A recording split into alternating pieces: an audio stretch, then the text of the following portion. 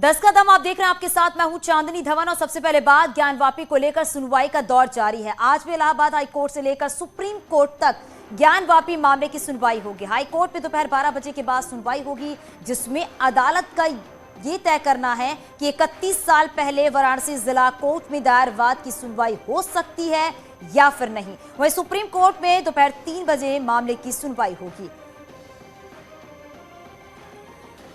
तो high court से supreme court तक आज एक अहम सुनवाई होनी है ज्ञानवापी मामले पर। और साथ ही साथ यह भी देखा जा रहा है कि जब ये सुनवाई होगी, यानी कि जो 31 साल पहले वाराणसी जिला कोर्ट में दायर वाद की सुनवाई हो सकती है या फिर नहीं, यह भी देखना होगा।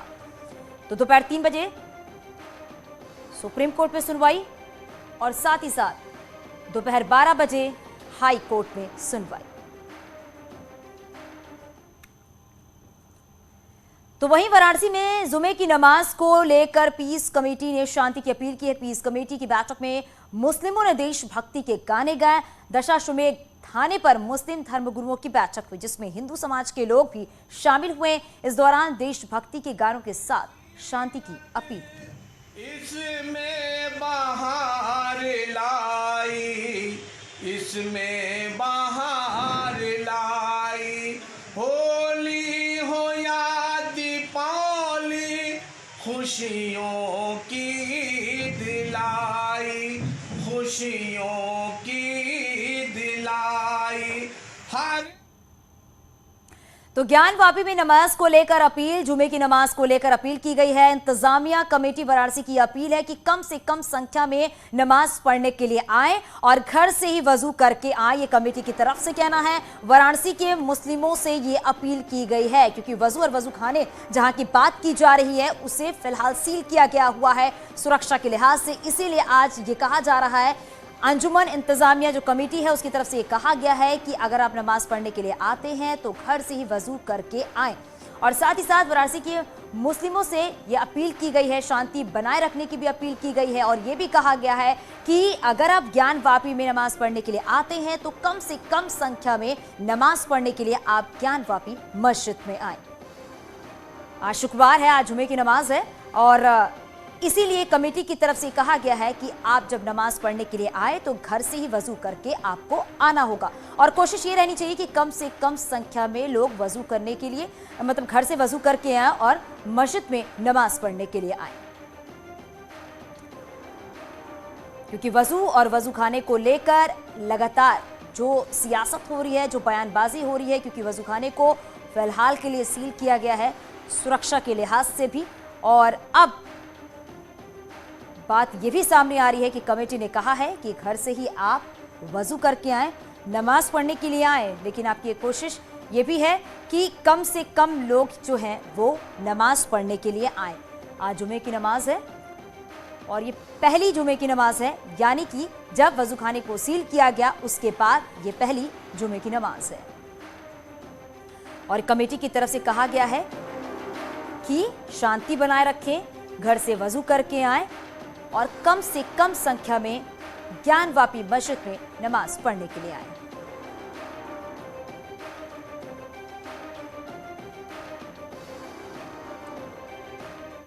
और हमारे साथ हमारे सहयोगी सुशील हमारे साथ जुड़ गए हैं। और सुशील, सबसे पहले यही जानना चाहेंगे, क्योंकि दोपहर 3 बजे कोर्ट में अहम सुनवाई होनी है, क्या कुछ हो सकता है सुनवाई में? सुनवाई को लेकर क्या जानकारी है? जी देखिए, साफ तौर से आज की सुनवाई बेहद अहम इसलिए है क्योंकि तमाम पक्षकारों से सुप्रीम कोर्ट ने कल यह स्पष्ट कर दिया था कि वो अपना जवाब दाखिल करें ताकि इस मामले की सुनवाई की जा सके। हिंदू पक्ष की तरफ से, यानी कि जो मूल इस पूरे मामले में पार्टी है राखी सिंह और वो 5 महिलाएं, उनकी तरफ से कल फिलहाल हिंदू पक्ष की तरफ से सुप्रीम कोर्ट में जवाब दाखिल किया जा चुका है। उनके जवाब में ये कहा गया है कि जो वहां पर फिलहाल प्रॉपर्टी है वो फिलहाल पुरातन विभाग से ही मंदिर है और मुस्लिम उसको फिलहाल अपनी प्रॉपर्टी बनाकर घोषित नहीं कर सकते हैं। अपने जवाब में हिंदू पक्षकारों की तरफ से सुप्रीम कोर्ट में जो जवाब दाखिल किया गया है उसमें यह कहा गया है कि जो भी वहां पर फिलहाल रिपोर्ट के मुताबिक खुलासा हुआ है, उन रिपोर्ट्स में ऐसे कुछ साक्ष्य मिले हैं जिनसे यह प्रतीत होता है कि जो दीवार है उस मस्जिद के भीतर, वहां पर शेषनाग और ऐसी बहुत सारी कलाकृतियां देखने को मिली हैं, जिसकी वजह से जो मुस्लिम क्लेम कर रहे हैं कि वो उनकी अपनी प्रॉपर्टी है, ऐसा नहीं है। लिहाजा पूजा का अधिकार मिलना चाहिए और मस्जिद कमेटी जो फिलहाल सुप्रीम कोर्ट में पहुंची है कि उन्हें सर्वे पर रोक लगाई जाए और उन्हें पूजा के अधिकार ना दिया जाए, उस याचिका को सिरे से खारिज किया जाए। आज 3 बजे जस्टिस चंद्रचूड़ और पीएस नरसिम्हन की बेंच इस पूरे मामले की सुनवाई करेगी। सबसे महत्वपूर्ण बात इस मामले में यह भी है कि आज ही सुप्रीम कोर्ट यह तय करेगा कि जो निचली अदालत इस मामले में कार्रवाई को लेकर आगे चल रही थी, क्या उसकी कार्रवाई अब आगे सुनवाई के लिए बढ़ेगी? क्या निचली अदालत को कोर्ट आदेश देगा कि वो इस पूरे मामले में सुनवाई को लेकर आगे बढ़े या ना बढ़े? मस्जिद कमेटी की तरफ से बार बार यह कहा जा रहा था कि जो फिलहाल निचली अदालत इस मामले में सुनवाई कर रही है उसको फिलहाल सुनवाई करने से रोका जाए, लेकिन सुप्रीम कोर्ट ने कहा था कि जब तक इस मामले की सुनवाई हम नहीं करेंगे, निचली अदालत इस मामले में कोई भी कार्रवाई प्रोसीड ना करे। लेकिन क्या आज सुप्रीम कोर्ट निचली अदालत को सुनवाई करने का आदेश जारी करेगा, यह भी देखना है। वहीं हिंदू पक्षकारों की तरफ से जो दलीलें दी जाएंगी, उन दलीलों को लेकर सुप्रीम कोर्ट कितना संतुष्ट होता है, और इसी बात का इंतजार है सुशील कि क्या सुप्रीम कोर्ट की तरफ से निचली अदालत को यह आदेश जारी किया जाएगा कि वो कोर्ट सुनवाई कर सकता है या नहीं कर सकता है। इसीलिए सबकी निगाहें टिकी हुई हैं, क्योंकि आज बहुत ही खास दिन है, बहुत अहम दिन है, क्योंकि आज सुप्रीम कोर्ट में सुनवाई होनी है। आप हमारे साथ बने रहिएगा, राजीव भी हमारे साथ बने हुए हैं। राजीव, ज्ञान वापी का एक और मामला है जो कि इलाहाबाद में, उस पूरे मामले पर सुनवाई होनी है दोपहर 2 बजे। हालांकि इसमें यह भी देखना होगा कि 31 साल पहले का यह मामला है, इस पर सुनवाई हो सकती है या नहीं हो सकती है, इस पर फैसला आएगा।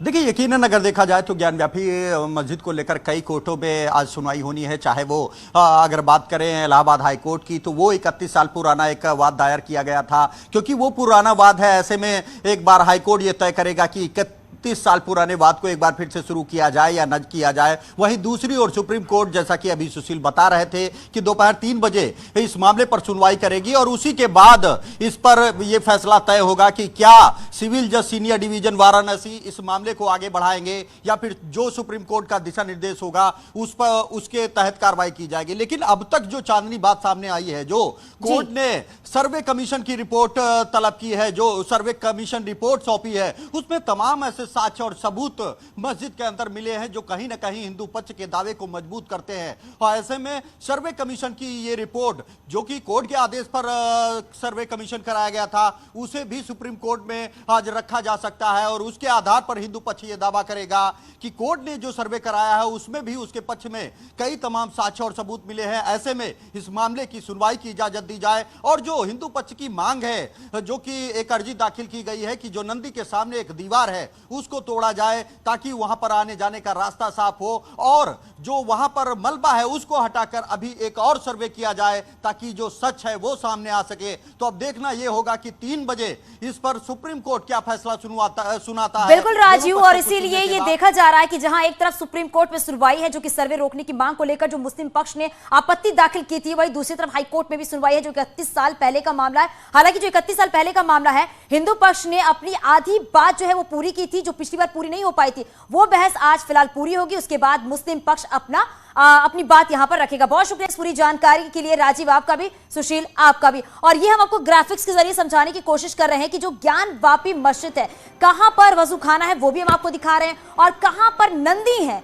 वो भी हम आपको दिखा रहे हैं। तो नंदी और साथ ही साथ वजू खाना जहां पर शिवलिंग मिलने का हिंदू पक्ष दावा कर रहा है, ये हम आपको समझाने की कोशिश कर रहे हैं। ये ग्राफिक्स के जरिए हम आपको समझा रहे हैं। ये ज्ञान वापी मस्जिद है और देखिए, पहले वहां पर काशी विश्वनाथ है और उसके ठीक बगल में यहां पर नंदी है और नंदी के बीच की जो दूरी है वहां पर वजू खाना है जहां पर शिवलिंग होने का बार बार दावा किया जा रहा है। हालांकि इसमें सर्वे पूरा हो चुका है, इसमें रिपोर्ट में क्या कुछ बातें और सामने आने वाली हैं वो देखना बेहद अहम है। चलिए आगे बढ़कर बात लखीमपुर खीरी की कर लेते हैं। बुजुर्ग महिला ने की है फायरिंग, राइफल से फायरिंग का वीडियो सामने आया है जो कि अब वायरल हो रहा है। बिजौली सहसपुर गांव का यह वीडियो बताया जा रहा है। 3 बार ग्राम प्रधान रह चुकी है ये बुजुर्ग। तो ये एक्सक्लूसिव तस्वीर आप देख रहे हैं जहां पर 3 बार ग्राम प्रधान रह चुकी है ये महिला, जो कि फायरिंग करते हुए नजर आ रही है। ये वीडियो सोशल मीडिया पर तेजी से वायरल हो रहा है। तो राइफल से फायरिंग करते ये बुजुर्ग महिला, पर बहुत झंझट है यहाँ पकड़े रहिए पर बहुत झंझट है यहाँ पकड़े रहिए पर बहुत झंझट है यहाँ पकड़े रहिए। और खबर ग्रेटर नोएडा से है। पुलिस बदमाशों में मुठभेड़ हुई है। 2 बदमाश गोली लगने से घायल हो गए। चोरी की वारदात को अंजाम देते थे। बाइक, तमंचे, कारतूस बरामद किए गए हैं। तो बड़ी खबर इस वक्त की है, 2 बदमाश गोली लगने से घायल हुए हैं और चोरी की वारदात को ये अंजाम देते थे। कह सकते हैं कि पुलिस को एक बड़ी सफलता हाथ लगी है। बाइक, तमंचे, कारतूस बरामद किए गए हैं। और ग्रेटर नोएडा की खबर है, ये तस्वीर आप उस वक्त की देख रहे हैं जब पुलिस और बदमाशों के बीच मुठभेड़ हुई है और 2 बदमाश को गोली लगी है।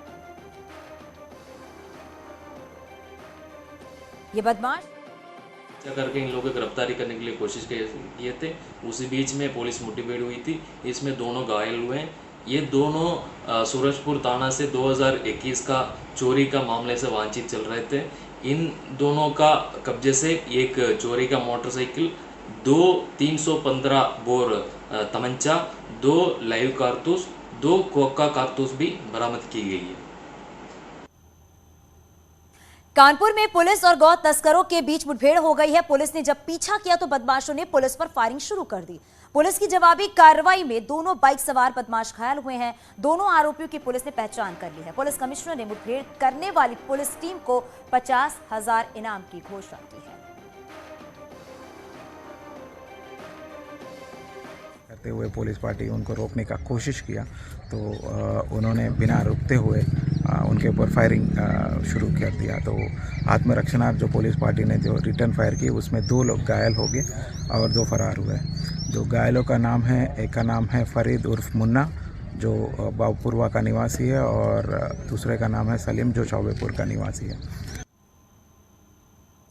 पीलीभीत में एक सराफा व्यापारी की लाश उसी की कार में मिली है। शव पर चोट के निशान भी है। पवन सोने चांदी का बड़ा व्यापारी था और सोने की जेवरात पहनकर रहता था। वहीं वो अपने साथ लाइसेंसी पिस्टल भी रखता था। शव के पास से कोई आभूषण नहीं मिला है, लेकिन व्यापारी का रिवॉल्वर बरामद हुआ है। पुलिस हर एंगल से इस मामले की जांच कर रही है।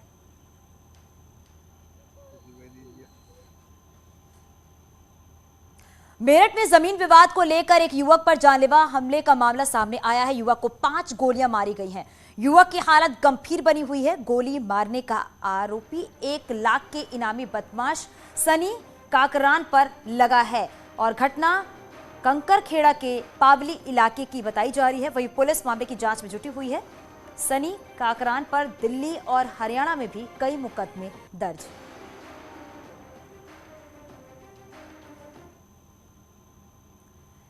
अयोध्या से बड़ी खबर मिल रही है। अयोध्या में 3 लड़कियां लापता, घर से स्कूल जाने के लिए निकली थीं। 2 सगी बहन और 1 चचेरी बहन लापता। कैंट थाना इलाके के बेगमगंज गढ़ैया की घटना बताई जा रही है। 24 घंटे बाद भी तीनों नहीं पहुंची घर। तो ये बड़ी खबर इस वक्त की है। कैंट के बेगमगंज की घटना बताई जा रही है और 3 लड़कियां जो कि लापता हो गई हैं। 24 घंटे हो चुके हैं, लेकिन अभी तक इन तीनों का पता नहीं चल पाया है। अमरोहा में प्रेमी युगल के सुसाइड का मामला सामने आया है। दोनों के शव गांव के बाहर एक पेड़ से लटके मिले हैं। बताया यह जा रहा है कि युवक की शादी दूसरी लड़की से 1 महीने पहले ही हुई थी, लेकिन शादी के बाद भी दोनों एक दूसरे से मिलते थे। घटना गजरौला के सुल्तान ठेर गांव की बताई जा रही है। थाना गजरौला जनपद अमरोहा द्वारा अपने खेत में एक पेड़ से दुपट्टे से फांसी लगाकर आत्महत्या की बात संज्ञान में आई है। पुलिस द्वारा दोनों शव को कब्जे में लेकर पंचनामा भरकर पोस्टमार्टम हेतु भेजा गया है। मृतक जीतपाल की पिछले माह 27 अप्रैल को नया गांव थाना गढ़ मुक्तेश्वर जनपद हापुड़ में शादी हुई थी और कल ही वह अपनी ससुराल से वापस लौटकर आया था। युवक युवती द्वारा प्रेम प्रसंग को लेकर आत्महत्या करना बताया गया है। पुलिस टीम द्वारा जांच कर अग्रिम विधिक कार्यवाही की जा रही है। इटावा से खबर मिल रही है। 2 ट्रकों में लगी भीषण आग। ITI हाईवे पुल पर 2 ट्रकों में आपस में भिड़ंत हुई है। खड़े ट्रक में पीछे से आ रहे ट्रक ने टक्कर मारी है और फायर ब्रिगेड ने कड़ी मशक्कत के बाद आग पर काबू पाया। ट्रक ड्राइवर ने कूदकर अपनी जान बचाई। तस्वीरें भी आप उस वक्त ही देख रहे हैं जब ट्रक में भीषण आग लगी और ड्राइवर ने कूदकर अपनी जान बचाई। तो 2 ट्रकों में भीषण आग लगी है और साथ ही साथ जिसकी तस्वीरें भी हमने आपको दिखाई है, फायर ब्रिगेड ने कड़ी मशक्कत के बाद आग पर काबू पाया है और ट्रक ड्राइवर ने कूदकर अपनी जान बचाई। और चलिए बड़ी खबर मिल रही है, श्री कृष्ण जन्मभूमि का मामला है, 20 जुलाई तक सुनवाई टली है। बड़ी खबर इस वक्त की है, 13.37 एकड़ भूमि को लेकर याचिका डाली गई थी। सेवायत गोपाल गिरी ने याचिका दायर की है। तो बड़ी खबर इस वक्त की है, श्री कृष्ण जन्मभूमि का ये पूरा मामला है और ये सुनवाई जो होनी थी फिलहाल 20 जुलाई तक के लिए सुनवाई टली है। 13.37 एकड़ भूमि को लेकर ये याचिका डाली गई थी जिस पर सुनवाई होनी थी। फिलहाल ये सुनवाई जो है वो 20 जुलाई तक के लिए टली है। अब देखना ये होगा कि 20 जुलाई के बाद आखिरकार ये सुनवाई कब होती है। सेवायत गोपाल गिरी ने ये याचिका दायर की है और ये अपडेट हम आप तक पहुंचा रहे हैं कि जो सुनवाई होनी थी फिलहाल वो सुनवाई टली है और 20 जुलाई तक ये सुनवाई टली है।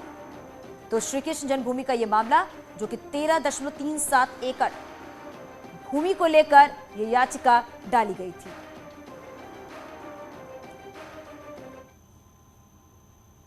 सभी चाहते हैं कि अपना सपनों का घर हो और इसके लिए आपको कुछ बातों को ध्यान में रखना जरूरी है। आइए जानते हैं कि ऐसी ही कुछ बातों को।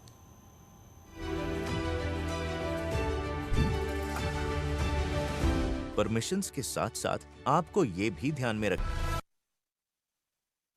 बहुत स्वाभाविक है और इसीलिए जब कमल पुष्प की रचना हुई है और मैं पार्टी को अभिनंदन करता हूं, आज इस कमल पुष्प पे हमारे बूथ स्तर के कार्यकर्ता पुराने कार्यकर्ताओं के जीवन की जो कथाएं उसमें प्रस्तुत करते हैं, अपने आप में प्रेरक है। मैं तो आप सबको कहता हूं, कभी भी मन में आलस आ जाए, पल भर के लिए उस कमल पुष्प को मोबाइल फोन से खोल करके देखिए। ऐसी प्रेरणा की कथाएं हैं, ऐसी प्रेरक जीवन की घटनाएं हैं। हमें मार्गदर्शन के लिए, प्रेरणा के लिए और कुछ करने की जरूरत नहीं है। एक एक का जीवन, एक एक पल का काम कार्यकर्ताओं के लिए प्रेरणा का स्वरूप है। साथियों, 21वीं सदी का इस समय भारत के लिए बहुत अहम समय है और आपको याद होगा मैंने लाल किले से कहा था, यही समय है, सही समय है। आज हम सभी देख रहे हैं कि दुनिया में भारत के प्रति किस तरह की विशेष भावना जागृत हुई है। दुनिया आज भारत को बहुत उम्मीदों से देख रही है। ठीक वैसे ही भारत में भाजपा के प्रति जनता का एक विशेष स्नेह अनुभव हो रहा है। देश की जनता भाजपा को बहुत विश्वास से, बहुत उम्मीद से देख रही है। देश की जनता की आशा आकांक्षा हमारा दायित्व बहुत ज्यादा बढ़ा देती है। आजादी के इस अमृत काल में देश अपने लिए अगले 25 वर्षों के लक्ष्य तय कर रहा है। भाजपा के लिए ये समय है अगले 25 वर्षों के लक्ष्य तय करने का, उनके लिए निरंतर काम करने का। देश के लोगों की जो उम्मीदें हैं हमें वो पूरी करनी है। देश के सामने जो चुनौतियां हैं हमें देश के लोगों के साथ मिलकर हर चुनौतियों को पार करना है, परास्त करना है और विजय के संकल्प के साथ आगे बढ़ना है। और हम जानते हैं कि इसका मार्ग क्या है। हमारा दर्शन है पंडित दीनदयाल उपाध्याय का एकात्म मानव दर्शन। अंत्योदय, हमारा चिंतन है डॉक्टर श्यामा प्रसाद मुखर्जी की सांस्कृतिक राष्ट्र नीति, हमारा मंत्र है सबका साथ, सबका विकास, सबका विश्वास और सबका प्रयास। साथियों, मैं एक अलग तरीके से बात आपको बताना चाहता हूं। अब मान लीजिए, कल्पना कीजिए, किसी गंभीर बीमारी से पीड़ित व्यक्ति जब लंबे उपचार के बाद भी ठीक नहीं होता तो बीमारी को ही अपनी नियति मान लेता है। वो बीमारी से बनी उन परिस्थितियों को स्वीकार कर लेता है, उसमें जीना सीख लेता है। वो सोचता है कि किसी भी तरह चलो भाई दिन कट जाए। व्यक्ति के जीवन में ऐसा होता है ना, कभी कभी राष्ट्र के जीवन में भी ऐसा होता है। हमारे देश में भी एक लंबा कालखंड ऐसा रहा जब लोगों की सोच मजबूरन ऐसी हो गई थी कि बस और कोई सहारा नहीं है, अब तो इसी में गुजारा करना है, बस किसी तरह बस समय निकल जाए, जिंदगी गुजर जाए। ना सरकारों से उनको कोई अपेक्षा बची थी और नहीं सरकार भी उनके प्रति कोई अपनी जवाबदेही है वो समझने की स्थिति में थी। साथियों, देश की जनता ने 2014 में एक नया इतिहास लिखने का फैसला कर लिया। फैसला जनता का था। 2014 के बाद भाजपा देश को इस सोच से बाहर निकल करके लाई है। आज निराशा नहीं, आशा और अपेक्षा का युग। साथियों, आज भारत के लोग एस्पिरेशन से भरे हुए हैं। आज हिंदुस्तान का हर नागरिक नतीजे चाहता है, सरकारों का काम करते हुए देखना चाहता है। वो अपनी आंखों के सामने परिणाम प्राप्त करना चाहता है, परिणाम देखना चाहता है। राजनीतिक नफा नुकसान से अलग मैं इसे जनमानस में आया बहुत बड़ा पॉजिटिव चेंज मानता हूं। जब देश के 130 करोड़ लोगों की आकांक्षाएं इस प्रकार से जग जाती है तो निश्चित रूप से सरकारों की जवाबदेही भी बढ़ती है। उनके लिए काम करना अनिवार्य हो जाता है। सार्वजनिक जीवन के हर व्यक्ति के लिए ये जन जागृति अनिवार्य रूप से काम करने के लिए प्रेरित भी करती है, दबाव भी बनाती है। और इसलिए देश के लोगों की बढ़ती हुई एस्पिरेशंस में मैं देश के उज्जवल भविष्य को भली भांति देख रहा हूं। और जब ये सारी चित्र मेरे सामने मैं देखता हूं, आत्मविश्वास से भरे हुए देश के युवाओं को देखता हूं, कुछ कर गुजरने के हो। आप देख रहे हैं न्यूज़ 18 उत्तर प्रदेश उत्तराखंड।